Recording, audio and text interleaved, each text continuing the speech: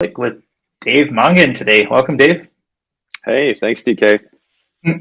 Like I said, we're just having coffee, casual here. So no, no. We're the main thing we do.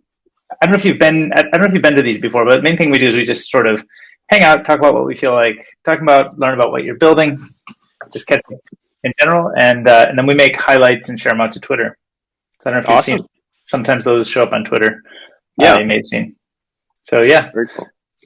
So we were DMing earlier today, and you were sharing with me this tweet storm that you did, which I think was talking about a bunch of different kind of observations from the market around sort of from the world around gratitude, success, and presence, and it was referencing a recent Angela Duckworth definition, and I think there was a podcast that came from.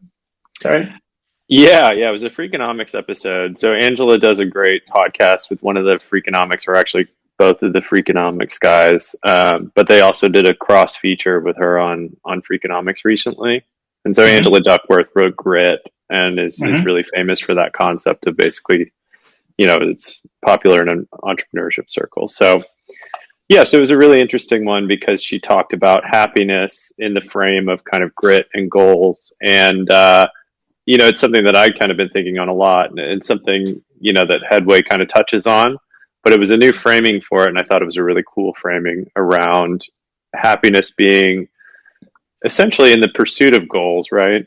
And so there's a lot of different concepts of happiness that we're probably all really familiar with. And it's a very tough thing to pin down. And so there's kind of these things of like, being present, but of course we always have this tension between striving for more and wanting what we have, right? And so, I think, probably the more popular thing that we all have kind of come across is that like happiness is kind of a byproduct of life. It's not really like an end state or something like that. And so Angela's framing around happiness in terms of goal pursuit I thought was really interesting in that, and saying that basically, and if you want me to, I can recap it, but it's that you're pursuing goals that are aligned with your values, that are controlled by you, and are what's it called?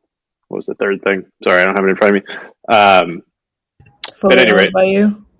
Yeah, wholly owned by you, aligned with personal values, and that you find interesting, right? So, and so I thought that's really interesting because, most of the people in the Valley, I think, work a lot and are often criticized for being driven by money or whatever it is. But people within the Valley know that that's kind of not the way a lot of these people work. Like, they make money, and the money is kind of like a byproduct of this process that they follow.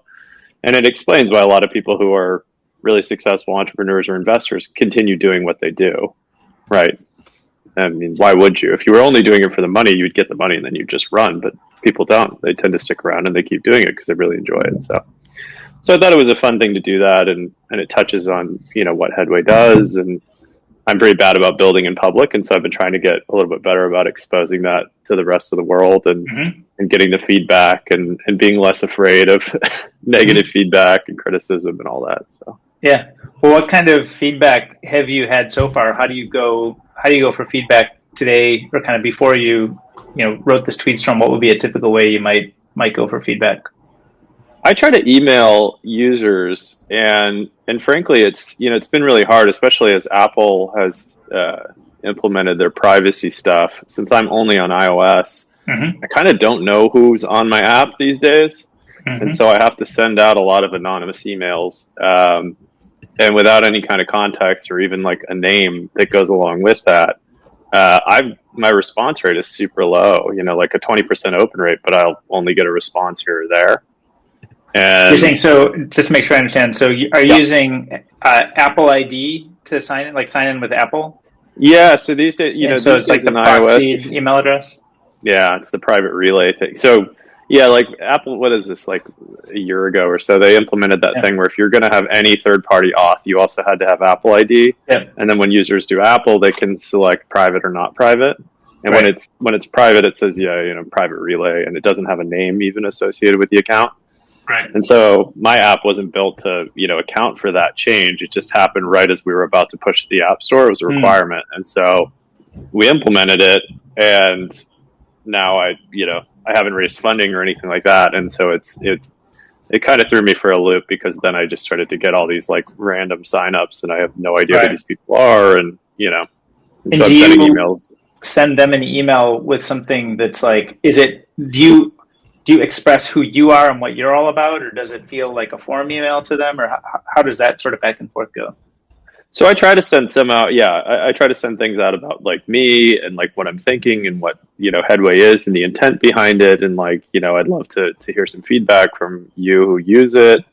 There's a bunch of other structural things on the back end with just not having enough user intel and things like that. Because the app as it's launched was, initially going to be like kind of an alpha. Mm-hmm. And then based on the time and so on that it took, I decided to push it live and see, if people would pay for it. And so there's some like structural issues and things like that, that we don't have a lot of, we don't have great user information already. And then added the Apple thing. And now I'm like, oh, I really don't know these people.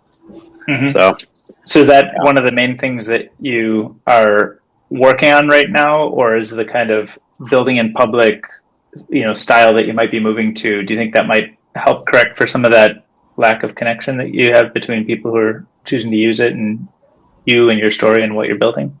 Yeah, I'm kind of hoping for more of like, the 10 maybe or 100 true fans, the Kevin Kelly concept of really trying to connect with people who are focused on this and finding ways to frame it. Because what it is, it's a daily process of planning and reflection. And I think it kind of helps you live a little bit more intentionally and get a little bit more out of your day, and also help drive self-improvement in the long term, right? And it's a difficult concept to kind of get across, because journaling is typically more of like a touchy-feely emotional thing. And while you can do that, it really is more of a feedback loop for yourself around behaviors, but not in a strict habit formation, like yes or no, did I do this? It's about kind of measuring the quality of your effort towards important behaviors that you think drive your success and happiness. And so that's just like, that's a mouthful, right? Like it's just hard to get across. And so I've had trouble trying to get that out there. And so I'm always looking for a new way, and I'm trying to be a little bit more vocal on Twitter and hopefully connect with some people on that. Can I offer like just a little brainstorm kind of workshop thing? Yeah. And by the way, I don't think you've met Mishti before, have you? I haven't. Nice to meet you. Yeah. I just listened to that podcast a few days ago, and I loved your thread about it and what you're doing with Headway. So this is great. Oh, cool. Yeah. It was a great podcast, huh? Yeah. Sorry, DK, go ahead. No, so it's, if Mishti's going to be like, oh, this is always your advice, DK, so why are you not? But like, when I think about this problem that you're explaining, which is you're building this thing for somewhat of like a siloed single player experience, and you're having a tough time connecting with the people around the specific experience, it kind of, I'm naturally drawn to the idea of like you as a brand and curator of content that would be interesting to people who may be interested in Headway. So, kind of maybe the simple version of this would be, start a newsletter where you curate the best 5 things about journaling, self-improvement, growth mindset, etc., that you find on Twitter each week. And it's just like your curation with a little bit of annotation, a little bit of explanation about like why you're excited about it. Maybe you get enough people interested in that you create a Slack group. That Slack group becomes like, or a Discord, where you like then talk about these topics, and other people are generating links to share and curate. And then you're curating from that group to create more content for the newsletter, which itself gets shared out. And you sort of end up kind of positioning yourself as a hub for all of this kind of style of thinking, kind of topic nature. Even if the actual activity is siloed, you get people together who care about the same thing, and you kind of imbue your own taste into that ecosystem, and people are sort of listening to you for what's next to think about. And then when you start saying, hey, we have this product that also can help you with feature X, Y, Z, people are already like attuned to listen to you and want to hear from you about that, and they're willing to give it a try, or they're willing to like reach out on the Slack or Discord and ask you more questions, or oh, I wish it worked like this instead of that. And I think you can kind of create like some of that more hands-on kind of direct relationship with people who might use it, almost by starting not with that product, but start with kind of the audience building that would appreciate that kind of product. So Yeah. I was there. Yeah. That makes a lot of sense. And I've seen that a lot lately with people, particularly, people who have raised kind of these micro funds, like seed stage funds, right? As they really have raised those off the strength of positioning themselves as, a thought leader in a certain market space, whether it's SaaS or community or whatever. And then, they're able to raise a fund based on that. And so that really clicked, because I'm like, yeah, of course, that makes a lot of sense. And I think I've resisted it because, so much of this self-improvement type content is really rote or scammy. And, I haven't wanted to just like add noise to it, but I think it kind of hit me like with stuff like the Angela Duckworth thing. And sometimes I maybe have a conversation where it's like, well, maybe I actually do have something to add here that won't just be regurgitation of a bunch of things that people have already heard. Like, here's a graph of compounding 1% better. You can do that. Because that's kind of like half of like self-improvement. It's that, or it's like, coach scam people. But but yeah, I think that's almost, I think that's almost the opportunity, is that there is a lot of noise in this general space, and there's a lot of people who are scammy and are trying to maybe push, unsavory types of services or products. And so I think the opportunity is to like be the trusted voice, to like actually stand by kind of the things that you believe actually help people. And you only offer this, you don't just share some infographic because it'll get shared a lot. You actually share the information that you think is super valuable to people, and people start to trust you and your perspective because you're sharing information that you actually think is high quality. So you stand out not by playing the game, but by playing a very different game. Like, just because you like this Angela Duckworth podcast, and she's written several books that are probably relevant. I could almost imagine go through the book and kind of do a breakdown, chapter by chapter, key ideas, summaries, create all the content, and drip out like your summary or reaction to each chapter for each week. What chapter 1, week 1, chapter 2, week 2, chapter 3, week 3. And you then position your ideas around kind of how to systematize some of her process. But if you believe that her writing is high quality and her thinking is not kind of the kind of hustly, scamming side, and it's actually the quality stuff, then go deeper on that and just like pick out the great insights, and then you do your writing in relation to those insights and kind of develop them further in your own voice. Yeah, that's a great idea. I love it. Yeah, I think it's probably too I mean, it's almost like too overexplored. The piece of advice is not novel, I'd say, but I think just I'm only here to try to be a voice repeating this thing that I think is important, versus it's not necessarily my own creative idea, but I do think it would help in this. I'm a slow I'm a slow learner in that. I think I'm like, I don't know, it's always that difference between knowing and feeling, right? Mm-hmm. And I think sometimes it takes me a little bit of banging my head against a wall, kind of like you were saying with angel investing in the early years, where you were like trying to be anti-consensus so hard that you're like, wow, I just missed all these opportunities. And then now that you feel what that was like, you kind of come around and you're like, okay, I can be consensus sometimes. Right. So I think it's very much that, where it's like, I see people doing this and I think like, I would end up being this caricature of myself or something like that. Mm-hmm. But then like realizing when I see people that are putting out good stuff, it's like, well, no, you can actually, keep it pretty real and not have to be, totally, I don't know, that guy. Right. On Twitter. Yeah. I don't know a better way to say it, but yeah. Not totally self-promotional, not over the top, but actually like add some value to people, and people might want to hear it. Yeah. I think a lot of people misunderstand Twitter because there are a lot of people who are like either, tactical in nature around trying to write a tweet that serves a purpose for distribution rather than just like kind of an authentic idea or something they think would be valuable. It's more like more shareable than valuable.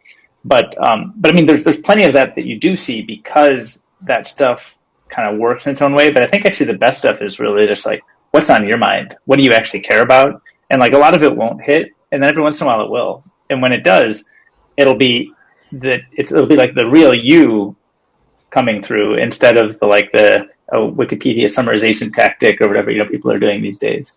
Right. Yeah. Exactly. Which actually I think those are interesting, but they're just like, it's a tactic that works versus and I guess in a sense I sort of just suggested you sort of summarize pieces from another piece of content in a new way, so it's not all that divergent. But I think it's not like done with a purpose. You're sort of writing the content that you believe helps people versus the content that distributes best. Yeah, and I think it's very similar to probably the conversations I have with my wife, because I have this terrible habit of like reading or hearing a podcast or something and then like basically regurgitating it back and like my take on it to her, and it's like my way. And I tell her, and I'm like, yeah, sorry, I'm doing this to you, but it's like my way of remembering this and like cementing this to me is by like telling you about this so that I can like kind of close the loop on it. Are you sort of summarizing? Oh, sorry, go ahead.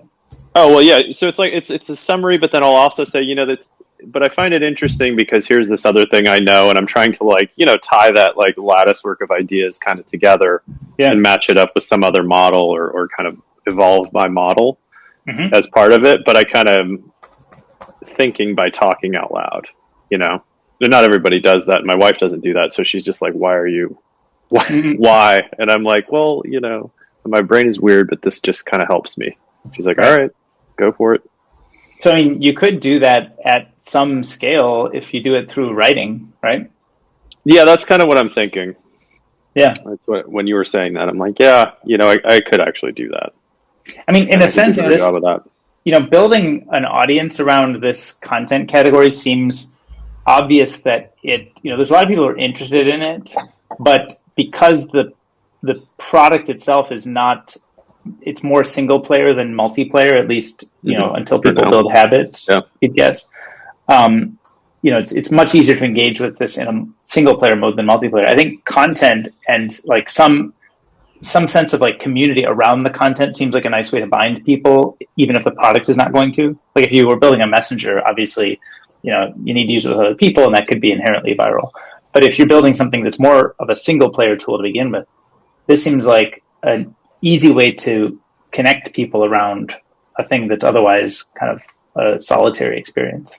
And the connection and participation is kind of what wins the day on the internet, right? I was struck by like you writing about how that was kind of how this started, which was like you phone calling friends every evening and like sharing what you'd gotten done.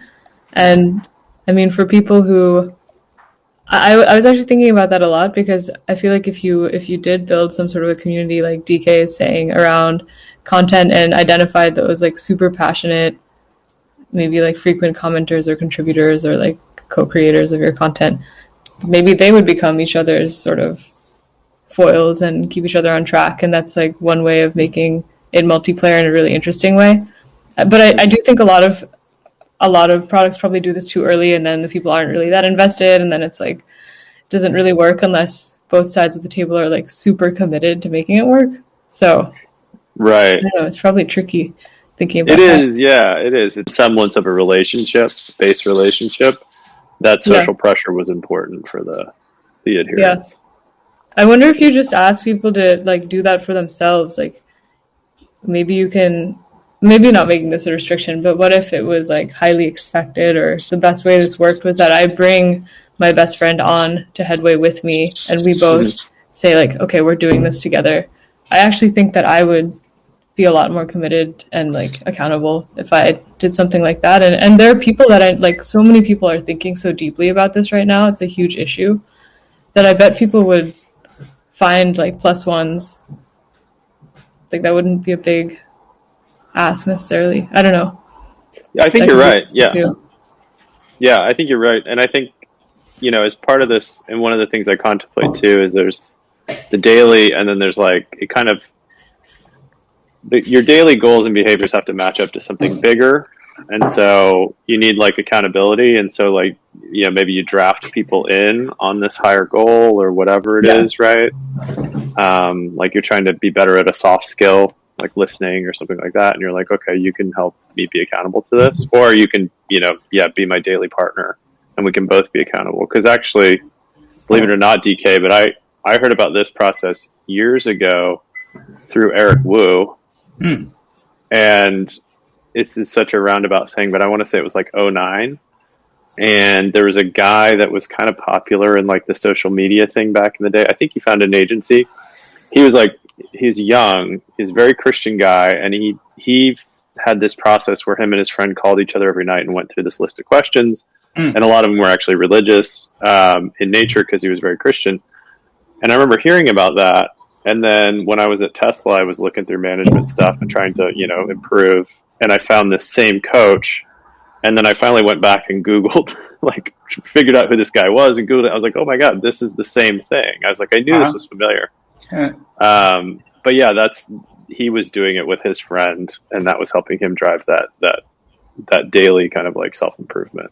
So is this the concept of like accountability buddies? I've heard that concept being kind of more in vogue, kind of a topic of conversation recently. Is that? Yeah, exactly. So accountability buddies, the difference with this, tool now, and this is kind of an evolved, the thinking on it has evolved, is that there's the scoring, like you score yourself, but the accountability buddy part, which is just basically social pressure to get you to keep doing something. And that's, like I talked to, because, like there's been all kinds of attempts at this, like Chorus, remember that was Dick Costolo's thing. Yeah. So I talked to some of the people on that team that were working on that because they were trying to do it around like fitness goals. And that was kind of their thing. And they ultimately folded that up for a variety of reasons, but yeah, and then there's like habit formation apps and things like that are kind of like the other single player mode of this. And so it's kind of like bringing this together, but adding a little bit of a twist rather than like, did I just do this? It's like, how well did I do this? Yeah. And one of the places where you and I connect a lot online is on Strava. So that has some aspects of kind of accountability, self-expression. Like, I don't know, how do you think about like a service like that as it may fit into some of these kind of habit building or almost like daily journaling? Yeah, I mean, I think, Strava especially, I always found it fantastic because there's certainly social pressure in seeing your friends ride, and it's fantastic in accountability because you can set up basically a time or a distance-based goal and then go back and always check and audit that. And I would say that I know a lot of people that it can be cool to not use it anymore and whatever, but I mean I need that, especially now that I have a kid, to make sure that I'm getting at least like 5 hours of basically physical activity a week, because I think I feel worse when I don't, and it's a slippery slope. There's always a good reason not to do it. I mean, I think Strava always has Strava's group features and functionality kind of are lacking in that. It's always kind of surprised me that it's not better. And that's also why it surprised me that they shut down Chorus, because I thought that, like, based on what I knew of Strava groups, like there was kind of a ways you could go there. But right. I don't know all the history, but I thought I'd heard, I don't know if you told me this or somebody else, but that they sort of got bored or sort of got defocused instead of, I don't think they came to the conclusion that they couldn't make it work. They just kind of folded it.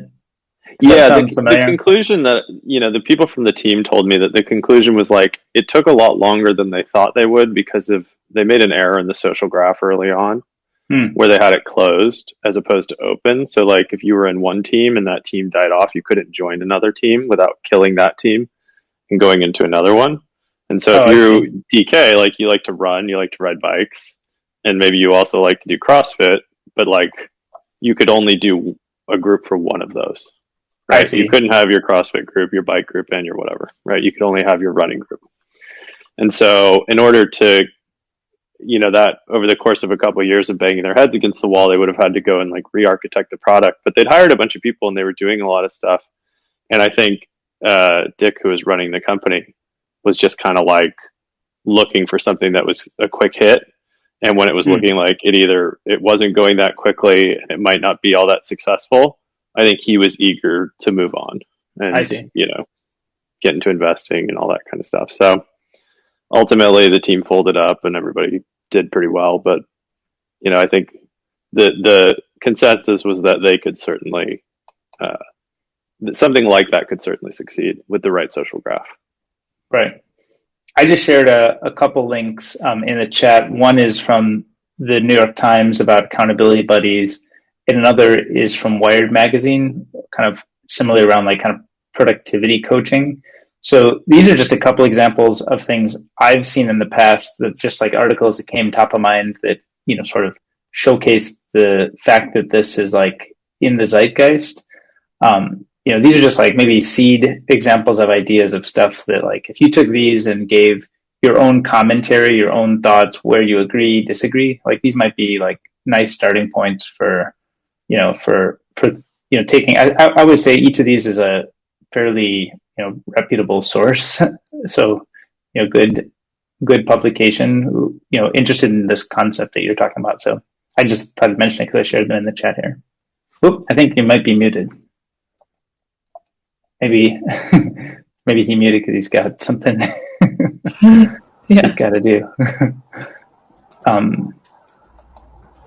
These are cool. I hadn't seen them before. Okay, sorry. No problem. The microwave got turned on and then it was messing up the audio. You muted on purpose? No, I didn't. It just it self-muted, I think, because it was the microwave muted you. Oh. Yeah, the microwave interferes with the AirPods. I don't know if you've ever had this, but ours does. I haven't. Oh, weird. Yeah. Wow. And since I'm out in the kitchen, it's doing that. I don't know. Yeah. Right. But yeah, on these articles, so it's like we're all reading basically the same research, right? Mm-hmm. There's a pretty rote body of work around habits and behavior modification and stuff like that. And so, I think we all go round and round with like what the right mechanic is, and especially how to productize it, because I think it's pretty difficult. Mm-hmm. And I think it relies generally, frankly, unfortunately, on high motivation people. Mm-hmm. And so, you'll see this with gyms, and you'll see this with like the Calms and the Headspaces of the world, that, so much of the money that they make actually is on underutilization, as opposed to, you'd love to be helping and changing everybody, but the reality is that most people who are paying for it are not really actively using it. Mm-hmm. And so, there's always like this difference between what actually works and then what people mm-hmm. are like willing to do. Right. And I think sometimes I get stuck and a little discouraged, on Headway or anything as a product as it relates to behavior change and what's it called, self-improvement, because it just relies on that. And if I can't, like, I feel bad making people pay for something that they're not using. Right.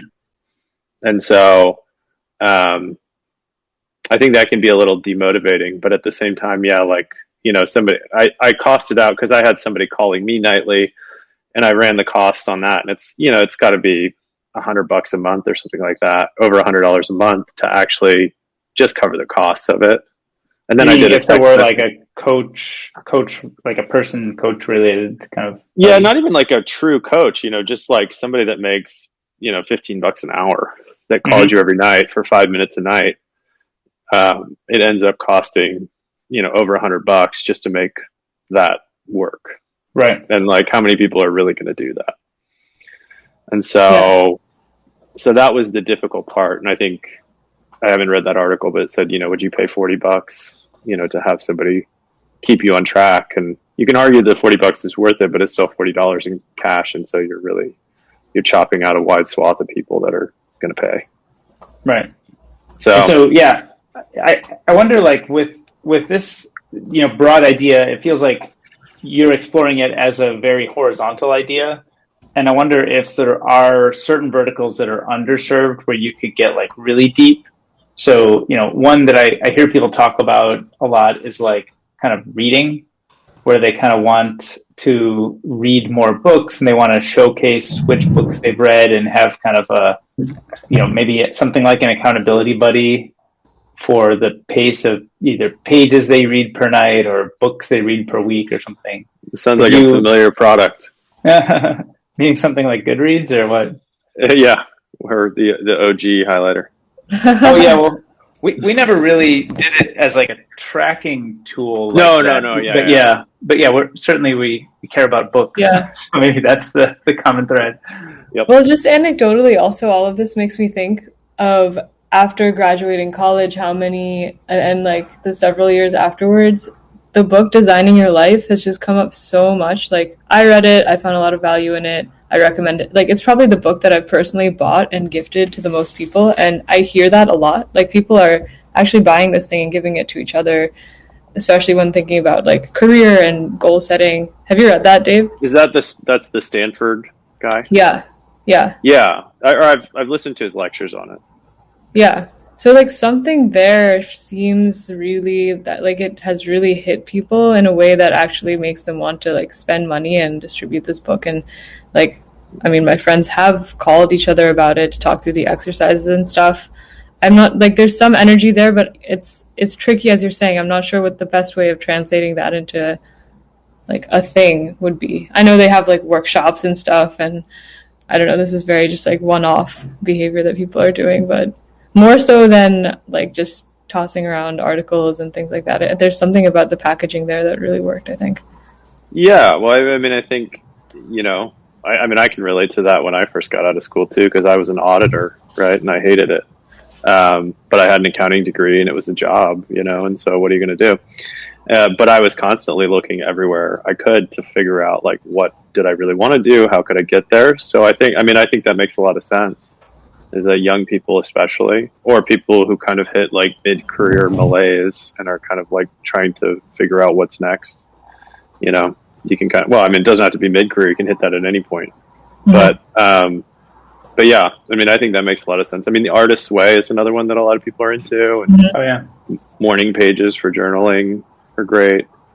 Yeah. And then there's more like happiness focused journaling and stuff like that too. Yeah. But have you noticed any patterns in terms of like what kinds of, I don't know, like does it make sense to start deep on artists or like writers who are trying to finish a manuscript, or like a specific kind of goal that people might be sharing? Because otherwise, like everyone has personal goals, but it might be very distributed. Like everyone is thinking about different things or different spaces.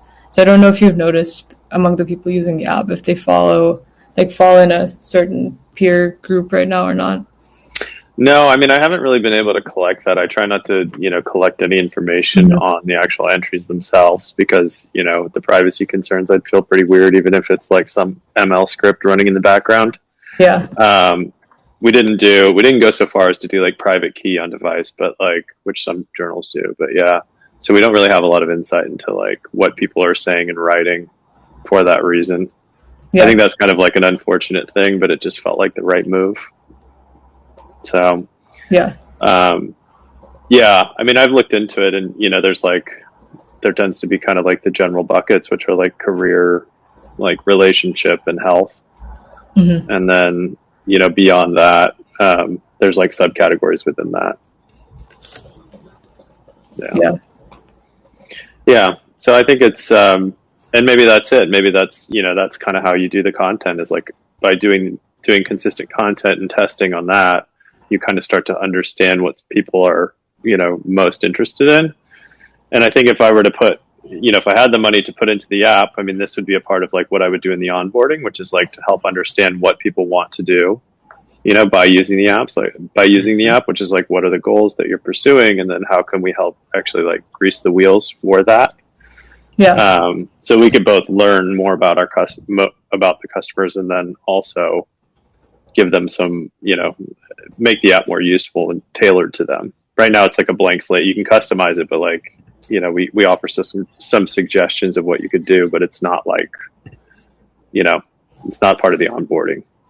So are you, how do you think about sort of the development? Are you thinking about more features that you would do once you had more resources to put it together? Or are you kind of in pause right now while you figure out marketing, or kind of what does the development process look in your mind? Yeah, so I've been thinking about features that I would add if I had more money, and like how how I would change the product to kind of address what I know right now, and Mm-hmm. then also needing to do more marketing.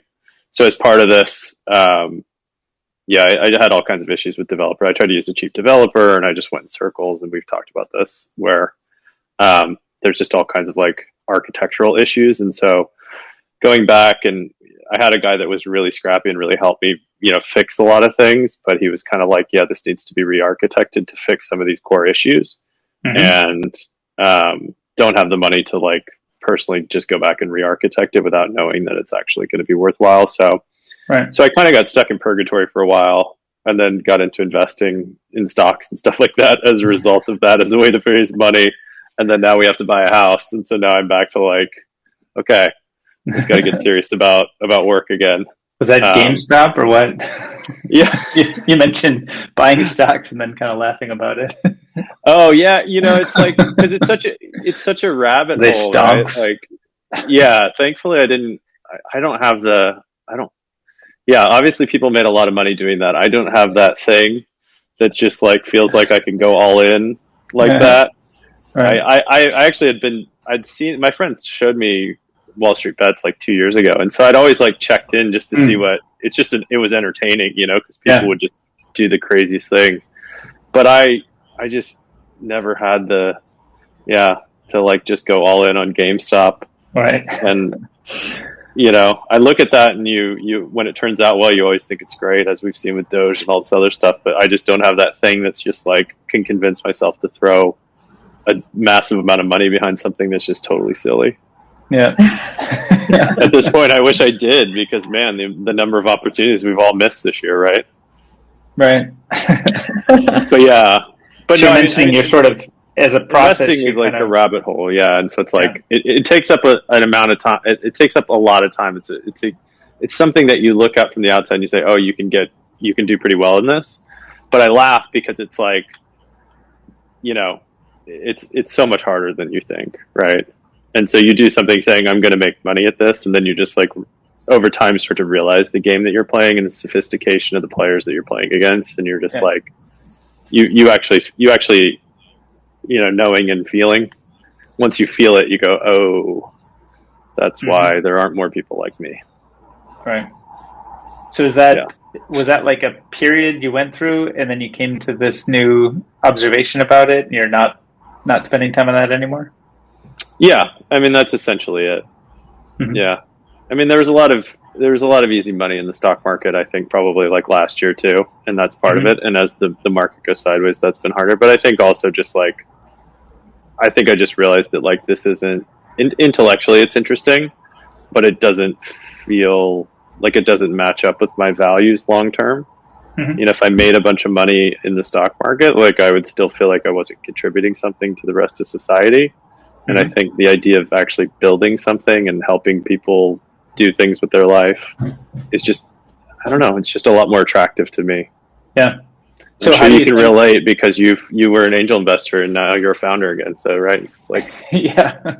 I mean, I think there's certainly, investing, is, I think, intellectually interesting in many ways, and you get to sort of learn about a broad kind of diverse set of things quickly, and you get to meet a lot of interesting people, kind of at least on the private investing side, where you're actually meeting the people. But yeah, I think ultimately, like, creating something that serves people, and especially if it's in technology and can serve people at scale, is, I think, infinitely interesting. And if there's an opportunity to do it, I think that's going to always be it's just hard to it's always a thrill. So yeah. So yes, that's kind of where I am. It's like I distracted myself for a long time, and shied away from some of like the sort of like intractable problems I was facing. But now I'm like, look, what am I doing? This isn't what I want to do. This is like Headway is what I actually want to do, and I need to do it, basically. So his next step on Headway, is it something, I'm trying to get my head around how you think about sort of the future. Is it kind of run a set of kind of product experiments. We talked about some content experiments. Are there sort of other paths to get to where you want to be with it, or how do you think about kind of what's next? Yeah, I mean, I think it is pretty difficult. I think in some sense, it's doing that stuff in tandem, right? Which is like understanding the audience a little bit better, but then also, maybe raising like friends and family kind of thing to like have some money to like fix some of the stuff and move on to the next steps, as opposed to trying to, do a bunch of content and build up an audience, but still not have any resources to actually do anything with it. So I think that's kind of it. So you think if you had an audience but didn't have a product, that it would be challenging to get resources to build the product? Oh, no. I'm not. No. That would actually make it a lot easier for sure. I think the audience building process just takes a while. Oh, yeah. And since there are existing users, and I basically just gotten those through Apple ads. So there are existing users. And I think that if I make some changes to some of the onboarding things and just add in some basic loops, like social loops, that I could actually probably capture more people and understand the people who are coming into the app because they're interested in self-improvement anyway, understand the audience and the challenges a little bit better. I think that would be pretty valuable and probably would not cost a whole lot of money. Yeah. So in the grand scheme of things, but then obviously I think building the audience like you're talking about is probably my biggest regret throughout this whole process, is that I didn't just start doing this earlier. And I think I just, lacked the self-confidence and, more than anything, probably just lacked the self-confidence to go out and do it. Cause I just thought like, who am I? There's all these professionals out in the world that do this stuff. Like, why does anyone want to listen to me?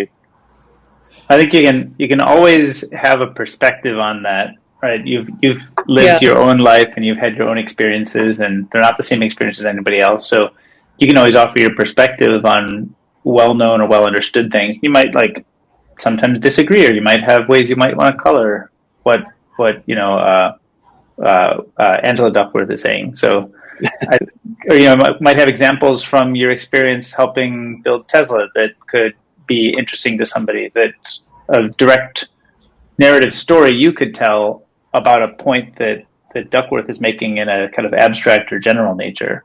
So I do think, I mean, the only reason I'm so passionate about encouraging this, I want to like brainstorm if is there an unlock here that can help you achieve what you want to achieve? Because I kind of suspect there's something here, I think you're right. And I think, so much of it is like, I'm like, well, there's you, DK, right? Like people want to listen to you. You like have done these, things that like invested in these companies and built companies and sold them.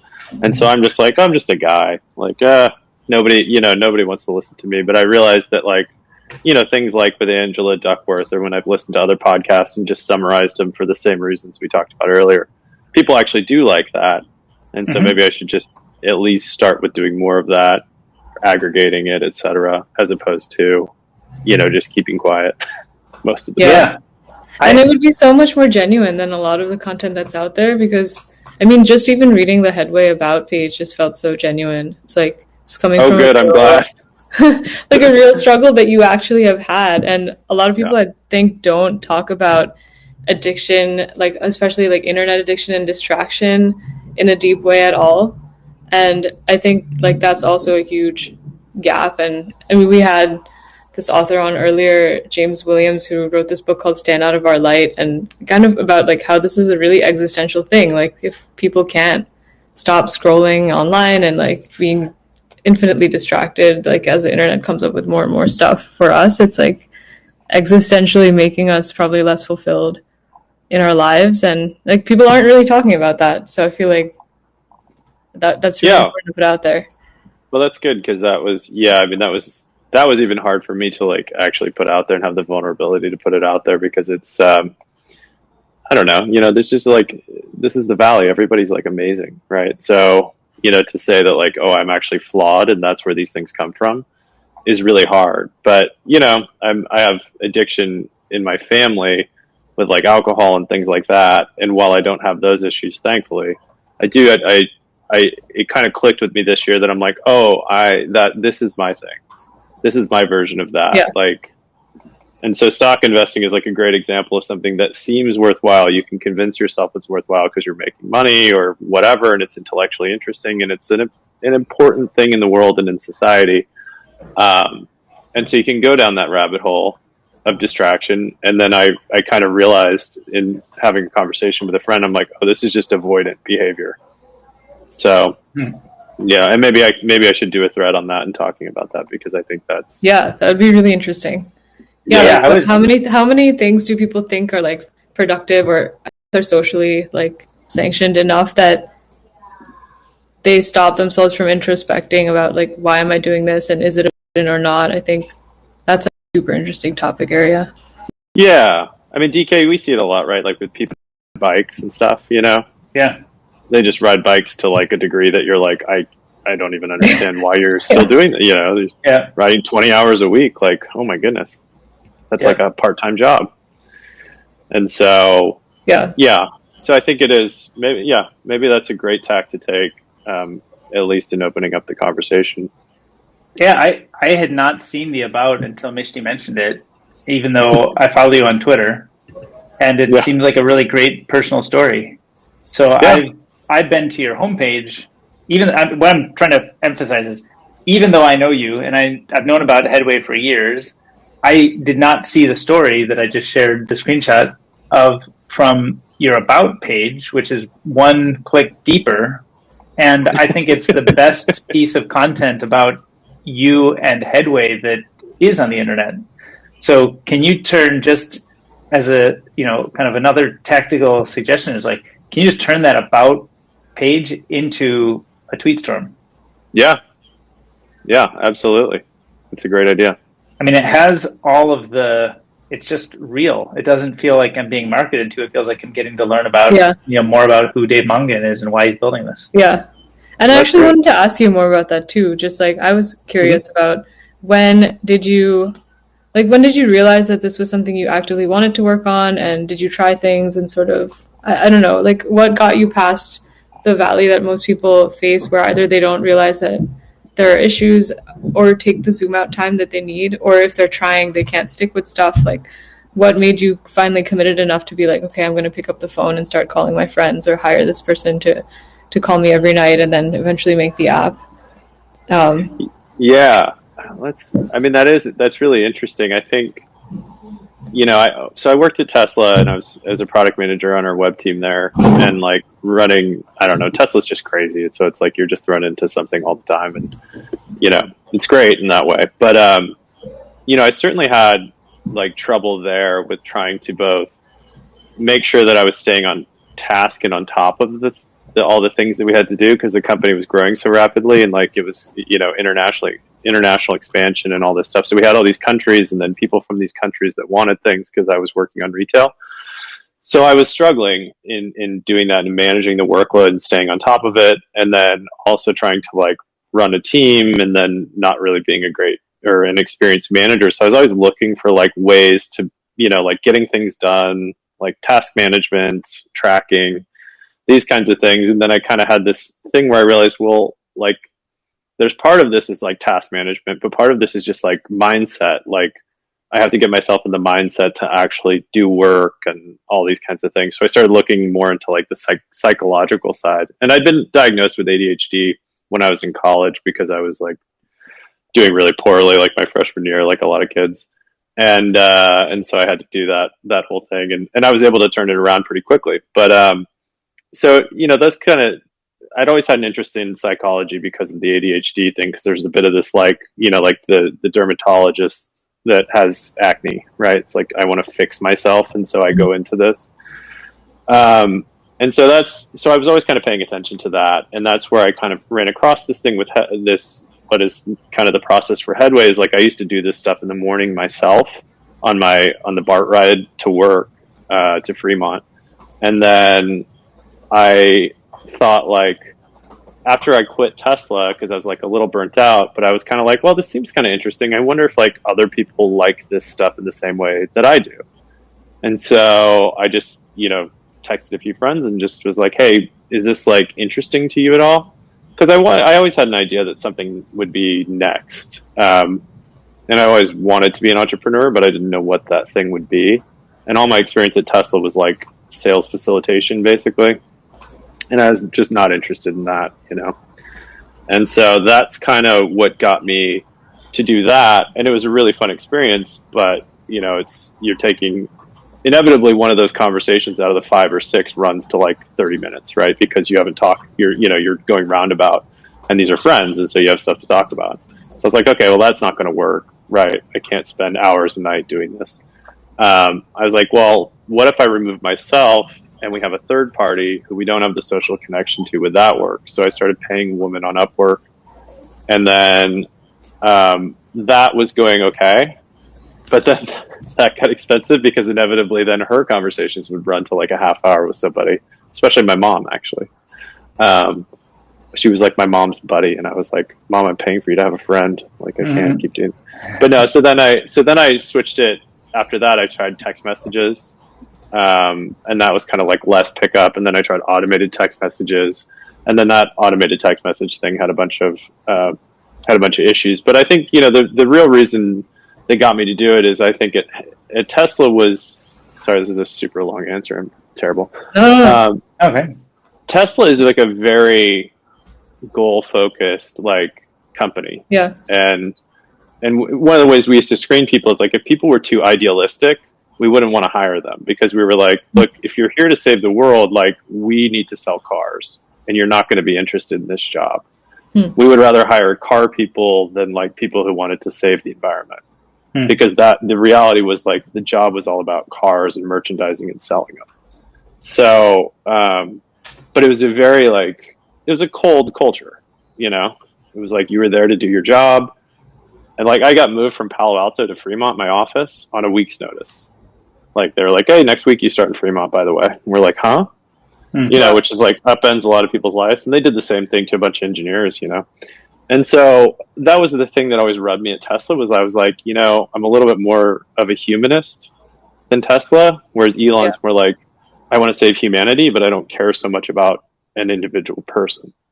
So I think that's where that desire came from, was like, I would like to make an impact on people's lives beyond just like the high level goal. I'd like to make like an individual impact. I think that would make me happier than doing like Mars or something like that. So I kind of wanted to explore that. It was kind of like a values-based decision. Yeah.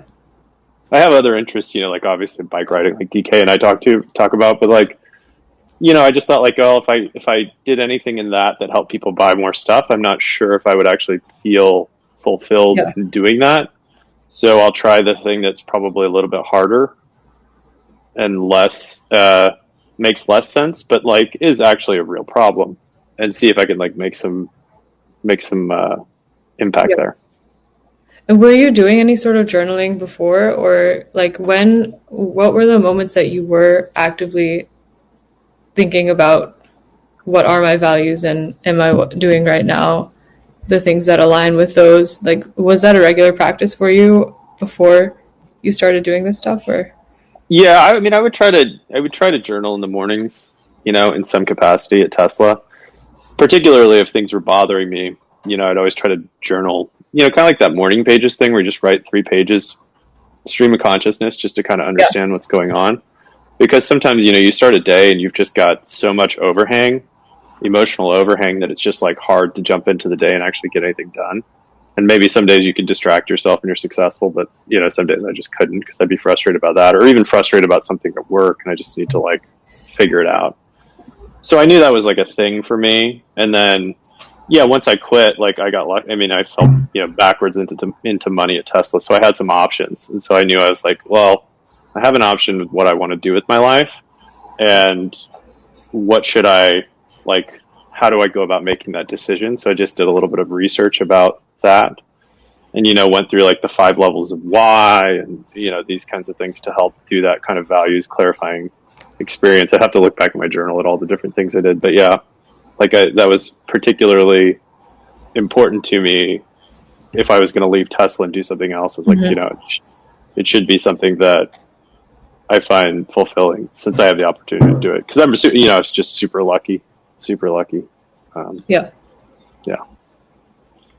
But I suggest, everybody has that experience, because like, if you make enough money to not even have to worry about money, even temporarily, for like a year, it is one of the weirdest experiences ever, because it very quickly is uninteresting. Like money just becomes uninteresting. Yeah. Right? You're like, yeah, that like you can't live forever, but you're like, okay, there's more to life than this. And DK, I'm sure you've had that too. Yeah, I think it's there's nothing as interesting, I think, as doing things with smart people, interesting people you like to spend time with.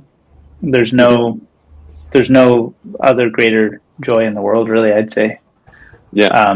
So I think kind of money is, sometimes a vehicle to be able to get there, but it's not ever really like an end in itself, as much as a tool to help sort of gather and do stuff. Right. Yeah, I think it was like Jim Carrey or something like that. He's like, I wish everybody could be rich and famous so that they could realize, that there's more. Yeah. And basically how disappointing it is to get everything that you've ever wanted. Right. Yeah. So not that I got everything I ever wanted, but like, I got enough to like realize it's like, okay, there needs to be something else here. Like, this doesn't do it for me. Like, I don't have any, there was nothing I really wanted to buy or anything. It's like you go on a few trips, like you buy a new bike. All right, cool. Right. Like, I still drive a Subaru, like I don't want a different car, So, so I think that was kind of where this idea came from.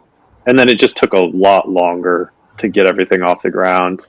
And I was trying not to build an app, I was trying to do something that I thought would be different, like a novel delivery mechanism or something like that. But like, because an app is such a straight line thing. And of course I could have saved myself a lot of time by just going right to it, but I thought I would do something else. And then the development took longer, and, it turned out to not really end for even after it was quote unquote done. So, I feel out of my larger errors in entrepreneurship were trying to build something too soon relative to what I could have learned by being with people, and the times that I took my foot off the gas and spent time with people in like real environments. I've learned so much more, so much faster, whether that's in person or, in a email list or Slack group or something. Those are so formative and shaping compared to the structure final productized thing you do when you actually build something, like something embodied in software, let's say. That if I could go back, I would try to explain how much, try to explain to my former self how much more value I get when I try to just like live a problem with people who are also experiencing that problem and spend all of my energy on that. And then like in a sense, if there's a product, I think it can emerge out of that process. I mean, I think I completely agree with that. And I was doing some of that in the early days, like doing things on, things I was reading about self-improvement and psychology and stuff like that. And then I just kind of slowly like let off the gas on it, because I just wasn't hearing anything back from the people on the list.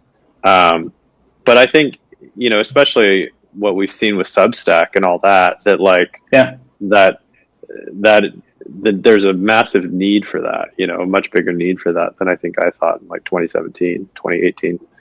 And then one of the also great stories, how much productization comes out of that too, right? Yeah, one of the great stories that we've heard that I think probably informs, some of my view here is, do you know Nathan Bashez, or have you seen his writing or work at all? Yeah, we were on deck together. Oh, you were? Oh, wow. Oh.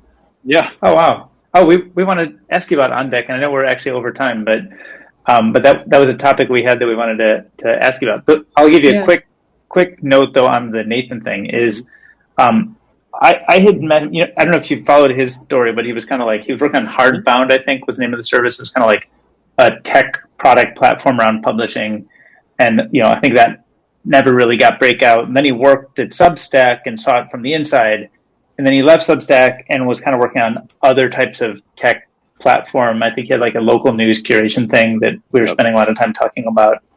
Was that what he was doing with On Deck, or that was kind of where he was leaning in On Deck? Yeah, it was like local journalism, that kind of thing. Yeah, and he had, I think it was called, I don't want to screw up the name, but I forget the name of the thing, but it was kind of cool. I remember The Query. I think it was called The Query. Okay. And he was kind of trying to build this like tech product platform thing for local news. And then he kind of threw that all away, or put that stuff on pause, and he just started writing. And Divinations, right? Divinations first, yeah. Mm-hmm. And then through writing Divinations, he ended up hooking up with the kind of people and team that now form Everything, which is kind of a bundle of newsletters on, I think they primarily run on Substack. But he was telling us that through that process, it's like now that he has this kind of media entity and they create content all the time and they have an audience assembled around the content they create, it's very apparent a bunch of products that they would need to make it's kind of like a neo media entity, right? It doesn't, Every as an organization doesn't fully fit on the way Substack has newsletters defined. And it certainly doesn't fit into like Twitter or YouTube, or like it kind of uses a bunch of these, but it doesn't fit there. So in a sense, I think he's kind of described that he's discovered in some simple stuff, just workflows and rev shares and payments and blah, blah, blah. All of that stuff is not built by any of these other things. But because he has like this thriving media business, that business and the process and problems he runs into, he can actually build solutions for that he knows will get used because he needs them. Right. And I think that's actually like super informative for, I think it's super informative for what kind of great would look like, but it could look, different in many ways. So like, I think we were similarly running up against a wall with some earlier versions of Highlighter, and we weren't trying so much to build what we have right now, but we just started doing Zooms that were basically like, we didn't actually have to build any software. We were doing these Zoom calls with authors and audience, and those were fun. And then we're like, oh, actually, this is great, but we wish it worked this way instead, and we wish it had these other features and helped us publish and create highlights. And there were a bunch of things that were missing. And not to declare that it's victory and go home, but I think that the process that we experienced of using third-party tools and just kind of creating was super informative to what product we want to build, because now we're really genuinely building it for ourselves in a way that we never had before. I think Nathan's story, informs that. I think we sort of accidentally figured that out for ourselves along the way.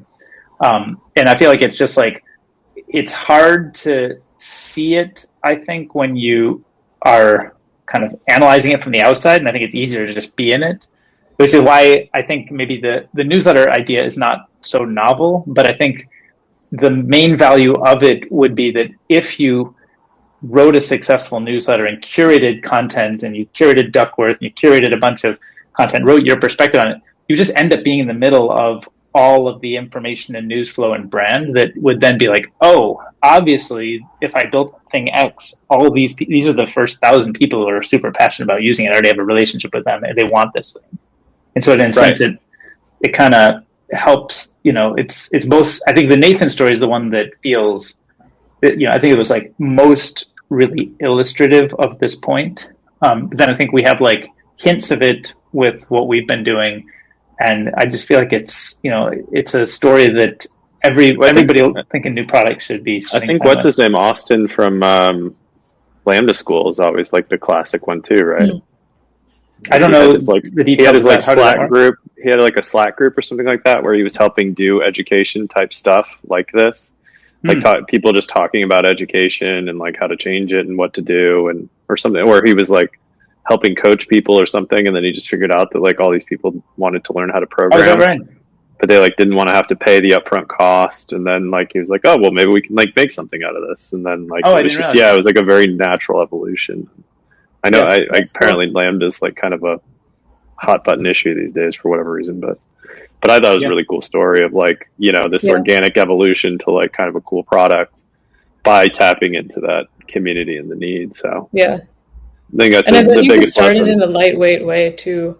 Like you mentioned kind of like talking out ideas to your wife, but I feel like you could just, I mean, you could invite people on video with you and just have conversations with them and have like, I don't know, learning of the week instead of making a very produced blog post or something. Because I think that's sometimes hard. Like just invite one or two people and be like, this is what I learned this week. They might share something they learned or however you want to do it. And it's like, that is content out there. And I'm sure you could just extract really good bits and start sharing that out and like aggregating audience around things like that. Yeah, I think it gets audience. And then it's that other thing of, I can't remember who it was. It might have been Sam Hinkie or somebody that was talking about digital breadcrumbs. Yeah. It's like, it's just so important for, you know, whether you're getting a job or you want somebody to invest in you, you need these like digital breadcrumbs out in the world of like how you think and this and that. And so beyond even trying to build an audience, like you should have that people can be exposed to you and your thinking. And I'm notoriously bad at that. So well, it sounds like you're good at creating the content with your wife. You just don't publish it. Yeah. I think having the self-confidence to think that somebody might find anything I said interesting, I guess is probably it. But if they don't, like, it doesn't matter because that means no one's looking at it. So it's like, I don't know. I suppose that's true. I'm just back to the start anyway. Yeah, you should invite her on or I mean, just like treat us as if we were her and explain something to us. Like, I think that would be super interesting. Everyone involved would learn something. So at least there's that, even if no one else watches it. So yeah, we can make we could set up a YouTube channel. You should set up a YouTube channel, and then we can just, whenever you listen to a podcast and you want to recite it, you know, your summarization, just, you know, ring us up or text me, and then we'll just set up a show like this and we'll publish it to your YouTube channel, and then you've got like a pile of content. Just like jam on whatever. Yeah. Sounds great to me. I'm in. Mm-hmm. That'd be super fun. I know we're way over and we should wrap, but I wanted to get your quick story on OnDeck, because I know that we had chatted about it before you were there, and you were kind of in one of the earlier cohorts. And the very first one. Well, you in the very first one? Yeah. Oh, wow. Yeah. Okay. And I think you helped me get into it because I saw this and I think you knew Eric or something. Mm-hmm. And I was like, this looks kind of interesting. What do you think? And you're like, yeah, put my name on it. See if, you know. And so it seems like it's far more structured and you know, all that than it was when I was there. And it's like I could speak on it, but I'm not sure how accurate I would be. I know I have another friend who's actually going through it right now. Mm-hmm. But I think it's predominantly remote, unless maybe in Miami now. I don't know. They've expanded so quickly that it's like, it's kind of daunting. They have so many tracks now with like writing and investing and all this kind of stuff, which is cool. I mean, super talented group of people. I got a lot of value out of it. I thought it was fantastic. I thought it was like, I guess, and maybe, I don't know if we talked about this, but it's like, you know, like YC back when a lot of the original people went through it, even like probably to when Eric went through it. So I was living with Eric when he was in YC at the time. And then another roommate who went through it back when it was like a real community of like 40-ish companies or so. Yeah. And everybody had dinner together and they knew each other and they kind of dog food each other's apps. It was kind of like that, where it was like, you're trying to find people like on the upslope. Whereas like YC now is like, you've already kind of like, you're up on the slope, you know, and you're hoping to go higher. But like, it was kind of trying to find people on that upward trajectory and then really network them together and hope that like, you know, kind of like magic would happen. Right. And I thought that was what was really cool about it. Cause like you said, it's just being around smart people doing interesting things is always just fun. You know, there's a lot of like sort of semi-organized jam sessions and then of course interesting speakers too. And a lot of like in-person meetups and stuff like that, which apparently, you know, they're not doing right now. But and do you is there a close-knit group of that first cohort that continues today, or do you engage with the community and other cohorts, or how does kind of your ongoing participation look? The ongoing relationship is mostly via Slack. I wish, and I think when we were in person, we used to like have some people meet up from the first on deck and like grab drinks and stuff like that. But I think at this point, because it was predominantly San Francisco based on the first one. But at this point, there's so many of them, and we're all kind of like lumped into the Slack together that I think like most people don't really keep up, but you can engage with the subsequent cohorts, which is actually really cool. And I think, not that the quality of people, but like, I think it keeps going up, and I don't know that I would actually like get into this on deck on my own merits versus like, the caliber of the people who are in it. So I was like, I was lucky, I think, to be in when I was. And I think a lot of people who went to YC, would say the same thing, right? They're like, I probably wouldn't get in now. So yeah, that's really good. cool. That means the brand is kind of on the rise, and you get to rise with the brand too. So kind of all the best of community. Yeah, in theory. I mean, look, I was in it with Nate, like we're talking about right now, and he's doing great things. So, that's fantastic. And I got to meet Dave and Eric and all those guys. So before they were, huge deals, which they are now, it seems. Yeah. So, yeah, I loved it. Great. Well, thanks for coming by and sharing all your process with building Headway. I mean, it's fun to catch up in general because we haven't in a while, and we still are due for a bike ride. Yeah. Let me know when you want to come up here. It's so warm. Yeah. You're in whereabouts? Are you San Rafael? Yeah. Yeah. Cool. Just like over the hill from Fairfax. I'm really close to Fairfax. Yeah. On the bike. Awesome. So, yeah. Cool. All right. Well, we'll get one in the book sometime coming up. Okay, great. Thanks so much for having me, guys. I really appreciate Thanks, Dave. This was fun. Talking me through yeah, it. nice to meet you. Yeah, nice to meet you too. All right. All right, cool. Bye, guys. Cheers.